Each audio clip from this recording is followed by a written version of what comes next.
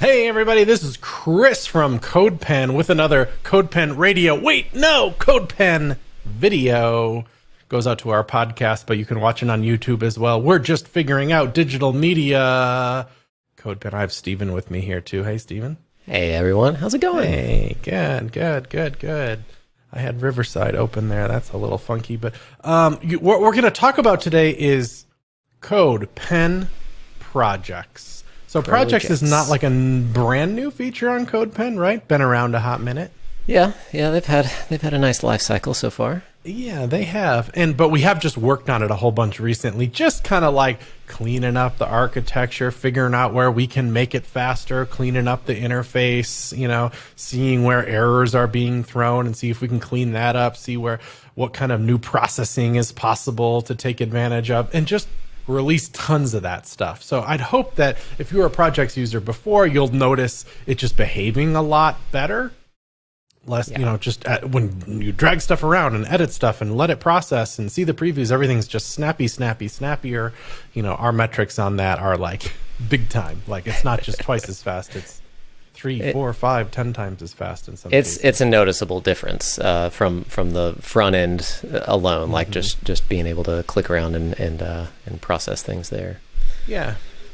So that's there, but we want to talk about like what are they, and look at how it goes from just a very basic level forward. So if you already know all about CodePen projects, this probably isn't for you. We're going to strip it down to the basics and show you the difference. Now, the difference meaning the difference from pens. Pens are like way more popular, for lack of a better word, on CodePen, right? Yeah, I mean, it's in the name. Yeah, what do you expect? Yeah, good point. It's not code projects, is it? And maybe someday we'll combine these two concepts. I don't know. Might happen. But for now, pens and projects are different concepts. If you kind of look around at CodePen through the trending and from people you follow, probably a lot of what you'll see is going to be pens. Now, pens are, they just have these 3 panels, HTML, CSS, and JavaScript. You don't have to use all 3. You can kind of close one away, but they're always there for you. And notably, what you can't do is make more of the same. So let's say you just wanted to make like a 2-page site with 2 2.html files. Can you do that? Inconceivable. Inconceivable, says Steven. You cannot do it. Let's say you have SAS and you want to import local files like you could if you had a local file system. Can you do that? No, you can't. Sorry, you can't in projects.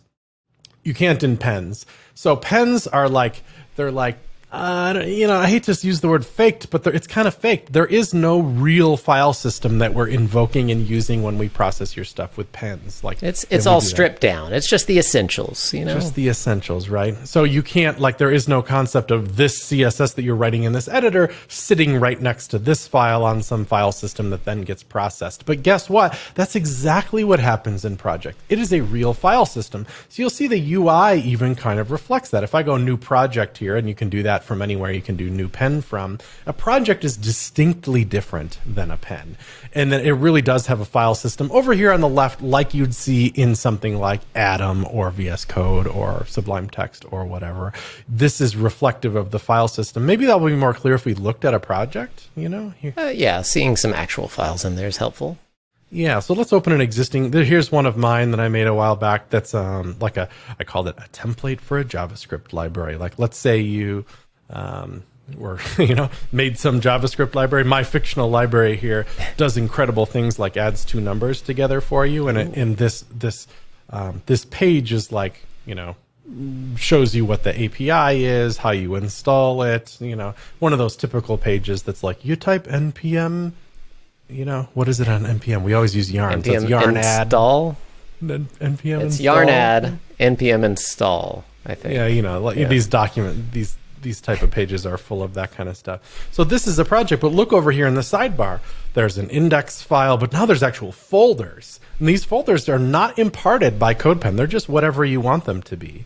And they're full of files. Now here, that's the perfect example. Here's SAS that sets some variables, and then it imports other files locally right within the system. So it's importing files that are sitting right next to it on the file system. If I wanted another folder, I could go ahead and do that. We're going to show you that really shortly here. So the difference between pens and projects, again, really comes down to the file system. In a project, you get this whole sidebar full of files, and in pens, you just get the 3 files that you're working with. That's the core of the difference between pens and projects. Yeah. Okay, so let's start over and look at how to add files and folders in a CodePen project. So here's the sidebar, and there's nothing in it at all.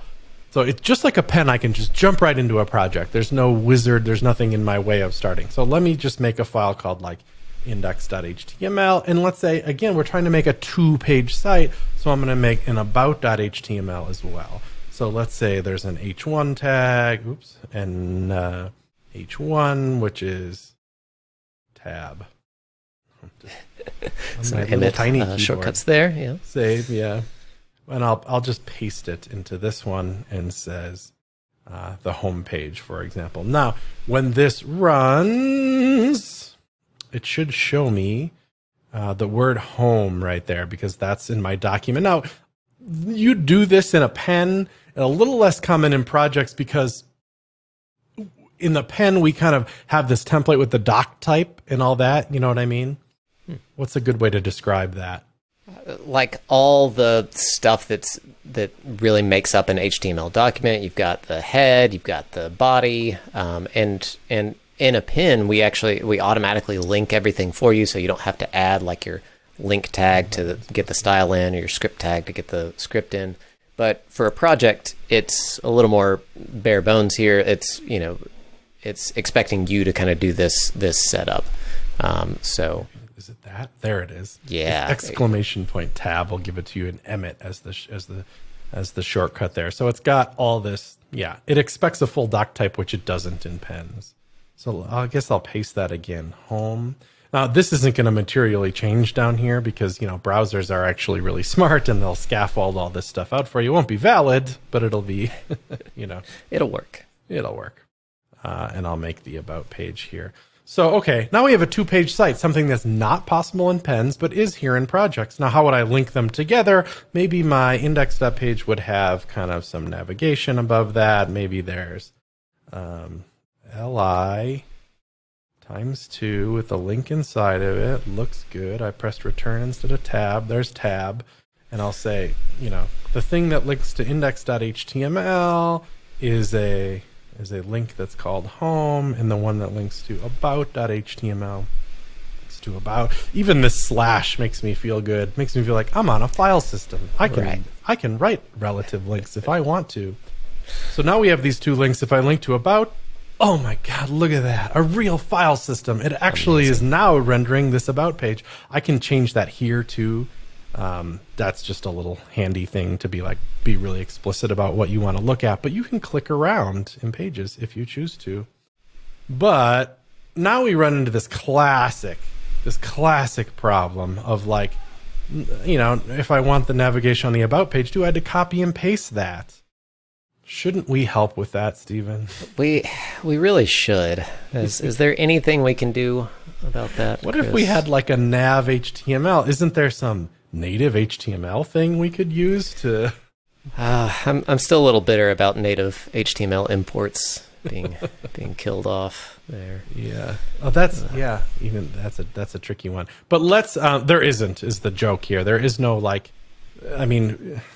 maybe you're familiar with old school Apache server side includes and stuff. That's not going to work here. But what does work here is using preprocessors, and many HTML processors, if not all of them, really have some mechanism for doing includes. So let me just do it real quick. We're going to use nunjucks instead. So this is a thing that you need to know about projects, is that processing files is based on the file extension itself. So if you name it .njk, that's short for nunjucks, which is from Mozilla, an interesting HTML preprocessor. I quite like nunjucks. It's great. Yeah, it's nice. It will automatically process that into HTML. It's also HTML compatible. So look, I can toggle back and forth to be looking at the processed version. Look, it's no different at all. But nunjucks has this kind of fancy thing where you can go, that's like the magical syntax of Nunjucks, and I can just type include and then nav.html. But in this case, let's make it, let's just make it nav.html. That's fine, right? Mm-hmm. Save. And then I'm going to put that on the about page as well, which needs to be renamed to take advantage of this. We don't have to do that. And now if we had something else to add to the navigation, we don't have to do it in two places. I can just do it here. I could say navigation or something. Yeah, and what's amazing about the processing there is you see like the output file right underneath, so you're never kind of left guessing about like where this is being output or how, like what file format it's coming out to. Right. Look at that. I change it in one place. It works. I can look at the output to make sure what's happening is what I expect to be happening, and it just works. So that is how you add things. Now, let's say I wanted to have a folder that's called like includes or something, because my project is starting to get bigger. Look at that. I just made a folder. I dragged the file into that folder just like you'd expect it to be able to. I can drag it right out of there if I want to, but I can drag it back in there if I want to. All good. And then, but this is going to break, right? If I try to process this now, is it going to be able to find this file? No. So what's going to happen? It's going to be like, oh my God, I cannot find nav.html. You're going to have to help me do that. No problem. I'll just update that. Includes. So silly. Oh, I call it includes. Not what did I type? Components. Components. Oh, classic. Been in React land too long. Too long. Includes. Now it should find those and process them just fine. So I wanted to show you that error reporting works pretty well too. Now this works. Now I could make another file for, say, did I make a file or folder? I wanted to make a folder, and I did. So style.scss, for example, very popular preprocessor on CodePen. I could go body, background. What's a cool one? Light salmon. Was that one of the coolest colors? And then apply it to my Nunjucks template. We can keep this kind of abstraction going. Let's say /styles. One thing that's important to know here is it's showing you the process name of that file. In fact, I can right click it and say copy relative path and just paste it. That's a nice little trick. Oops. Copy relative path. There it goes. Yeah. Start with a slash just for funsies. And that's going to have that light salmon background. A beautiful thing there. So files and folders, that's how you create them. What else is there to know there? Well, drag and drop. Heck yeah, there is. So I manually create. What's that? That's pretty important. I'd say it is. I mean, it's just kind of a cool feature too. So I have some files on my desktop just for fun here. Here's a markdown file because I know because it ends in MD, right? Let me just drag it on to the folder here. Did that work? No. I think it's got to be up there. You'll see it trigger. Uh-oh. Because they're both named index and will compile to HTML. Exactly. Isn't that smart? It's saying I can't upload that file because they're both going to be processed to HTML, and that file is going to have the same name. So you might see that. Also, if you try to upload a file that's is a file extension that we don't support, for example, there's a handful we don't support. You can't host your exe files here on CodePen. Right. A lot of binary files are notoriously bad, so we don't. Yeah. So my notes file just said my notes. You see, it gets processed into HTML as well, and so that's the thing. It's showing you a little extra bonus document here because we try to give you the HTML in a format that's it's just beautified up a little bit. You don't have to use that if you don't need to, but just a little bonus thing here. And then it'll take images as well. So let's see. SVG is a perfectly fine image format to use here. And I could be like, oh, wait, that's an image. I'm going to put that in my images folder. You can drag that in there. You can preview that image because it's, if you'd like to, you can use it by relatively linking to the document. You can do anything here. So doesn't that make sense? A file system at your fingertips. It's amazing. Revolutionary. I'd say you're correct. It's definitely revolutionary. But it opens up a whole new world of possibilities from a pin. It really makes it much easier to manage things. Just being able to split split up into multiple files. Yeah, indeed.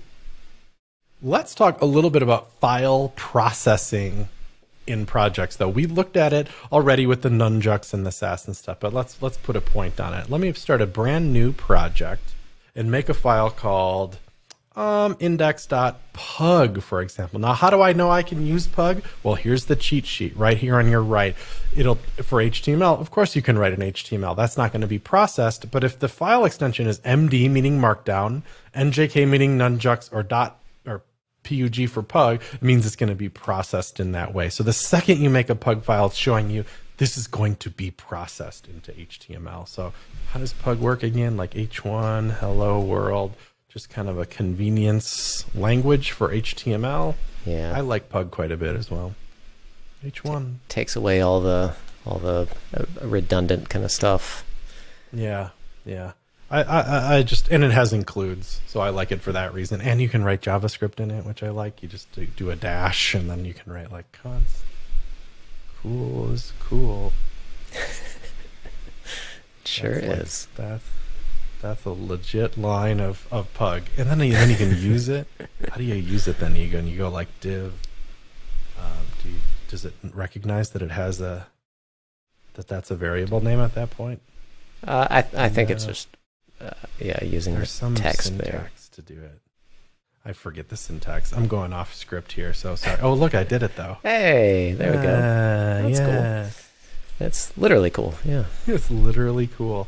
Okay, so pug is fun that way, but let's see the cheat sheet again. One way to see the cheat sheet real quick is to not have any editors open, and you can see them here.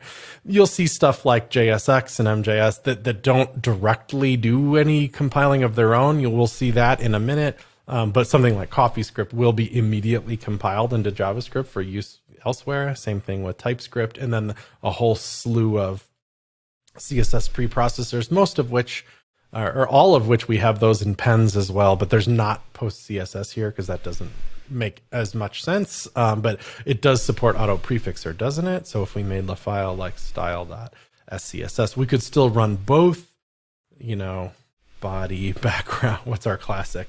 This is the most classic written line at CodePen, I think. Red. So that's going to make body background red. Look at how fast it is, too. Yeah. You can flip on auto prefixer. Boom. It's just a setting there, and then you'll get that, too. So cheat sheet wise, again, that's all the stuff we support. If there's something we don't support that you want, please let us know. That's kind of a useful thing there. Yeah, all the popular ones in there. Yeah. Let's look at templates a little bit, project templates. So if I'm going to start from scratch, or I don't have to start from scratch is the point. For one thing, any project on CodePen, you'll see a fork button as long as it's a public project in the footer, meaning grab a copy. Go ahead. It's just like forking a pen. You get a copy of that project yourself as well. So you don't have to start from scratch. I'd say most people probably don't, start with something that exists. There's also some kind of blessed templates in a way, like that we help you with. So just where this cheat sheet is, if you have a project with nothing in it at first, we're going to show you a bunch of templates that you could start with. So which one should we pick here? Let's do the React ones because we have some stuff to talk about with bundling in React. So I'm going to click React app with SkyPack. What does that mean? Let's find out. Well, yeah. So we do have a file system, but there's not like a console or anything like that you're directly accessing or anything like that. So you're still kind of leaning on real web technology, even though we help handle some processing and some compiling. There aren't like packages per se, so you can still use SkyPack just like in pins, like we've covered before. You can use that to add essentially ES6 modules into your code. Right. Isn't that cool? Like you don't see any package.json here. There was no install step, but I'm still just using React and JSX in a way that you'd expect that to work. That's why that JSX is on the cheat sheet, because I think a lot of people are used to writing like that if they want to. That's going to kill it because of a very important thing that you should know about, which is if you're using something like React and JSX and Babel and all that stuff, I think people are used to like, what is the entry point file? Like, what's the main file that we're going to bundle all around? Because let's say you have 30 components on your site, probably they're going to be all bundled together. Like that's just the way that things work in the world. Webpack and Rollup and all that, it's all centered around, you know, one kind of entry point that everything branches off of, and it, you know, builds the list of everything. So. Right. So to support that, we under processing have you pick what that entry point file is for you. So when I changed it to JSX, it was like, whoa, buddy, you lost your entry point file, and everything kind of lost its brain there for a minute. So just, it's not a problem. It's easy to fix. It's just that's what happened there. I really like this because it means that I could, like, let's make a button component or something. So new file. This is how I think a lot of people work in React, is they have individual components as individual files. They import each other, and that's if you're using a functional component, I don't even think you need to import React from there. Oh, really? Could we just go like const button Should be able to. equals a functional component at which that like returns. Let's make our button component actually a real button. Oh my god, I'm blowing some minds out there. So used to and why doesn't it take some props? We might as well, right? And then this would be props.text or something. Yeah, you could just spread export it. You can just spread the props on button, and then that'll get the children inside, any classes you add, all that. Oh my god, teach me. How do you do that? Do you spread them here? Yeah, so just like a attribute there. And that's it? Mm-hmm. You don't have to put anything inside because what would the children will just do it? Right, because children is technically a prop and all that. You'll need to export that button since we're going to be using ES modules here.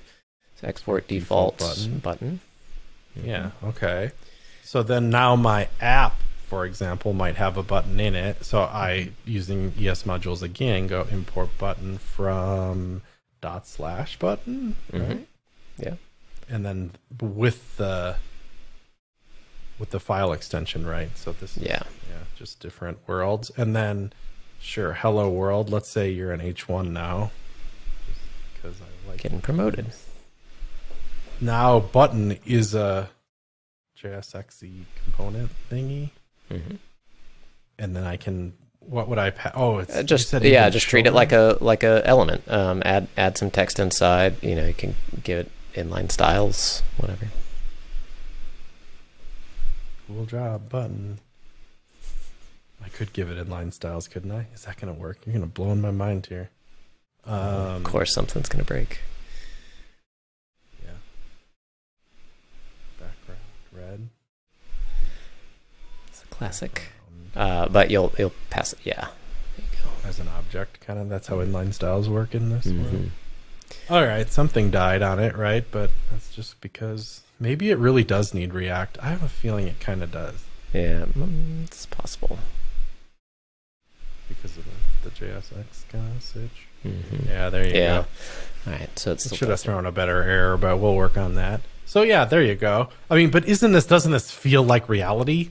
This feels like a real React app, but you didn't have to npm install anything. If I need help with this thing, I'm going to grab this URL and send it to you over Slack and be like, what's wrong with this thing? And it'll instantly boot up and you don't have to clone a repo or something to figure it out, you know? Yeah. That's the advantage here. And anything from npm you can use via Skypack, which is pretty tremendous, really. I love that. Yeah, and we've got a little helper in there too, so you don't have to remember like cdn.skypack.dev or anything like that. If you just like type import React DOM from is that React working DOM. in projects? Oh, good. Yeah. So import React from React, which you'll see in blog posts all over. It's going to say, oh, that doesn't actually work because there's obviously nothing called React in here unless, dear readers, you put a fake node modules folder in there, but I don't necessarily remember that. So what is this? Replace invalid import? Ooh. Yep. So, right, you can type out all your imports and then just click that button to get them all switched over to Skypack, and it'll start working. Yeah, if you copy and paste one that has like 5 of them in here, that one click on that button will replace them all. Yeah. Which is pretty great. So yeah, a file system at work with a bundler, with all kinds of processing. The sky is the limit here. I encourage you to go new project and poke around at the other templates we have. What's that? This other one, this landing page is a React template like that. That's much more kind of robust. Let's take a look at that. It's got look Tailwind, so yeah, everybody's gonna go for that. Very fancy, with just more going on, but broken up into lots of utilities and all kinds of stuff, and it all works, and it's all smoking fast. And as you work on this thing, remember that you can download it at any time. You can look at it in debug mode and share it that way and stuff. And then a pretty notable thing here is that you can deploy the thing. You can literally just hit deploy project, click this button, and then get a URL to a deployed version of that website, which as you save updates that. And you can then DNS to it as well if you want to host your actual website there. Meaning I could type in like, I just bought this.com or whatever. And when you do this, it's going to give you some IP addresses. This is funny because I actually obviously don't own that domain name, but it's going to tell you how to set your DNS records. You point those to this, and all of a sudden CodePen is hosting your website. So that's cool. a thing. Yeah. That's very different than pens right now. Can't do that with a pen just yet, folks. Yeah. Okay. Well, thanks for listening. I guess I better delete that. Oh, look at how fast the export is. Boom, it's ready. Ooh, that's fast. I just need to delete my my custom domain name because I don't actually own that. So yeah, thanks very much. Anything else you can think of? That's pretty much projects. It's projects. It's great. Use some files. Use some directories. Please do. Make a folder. Isn't that folder nice?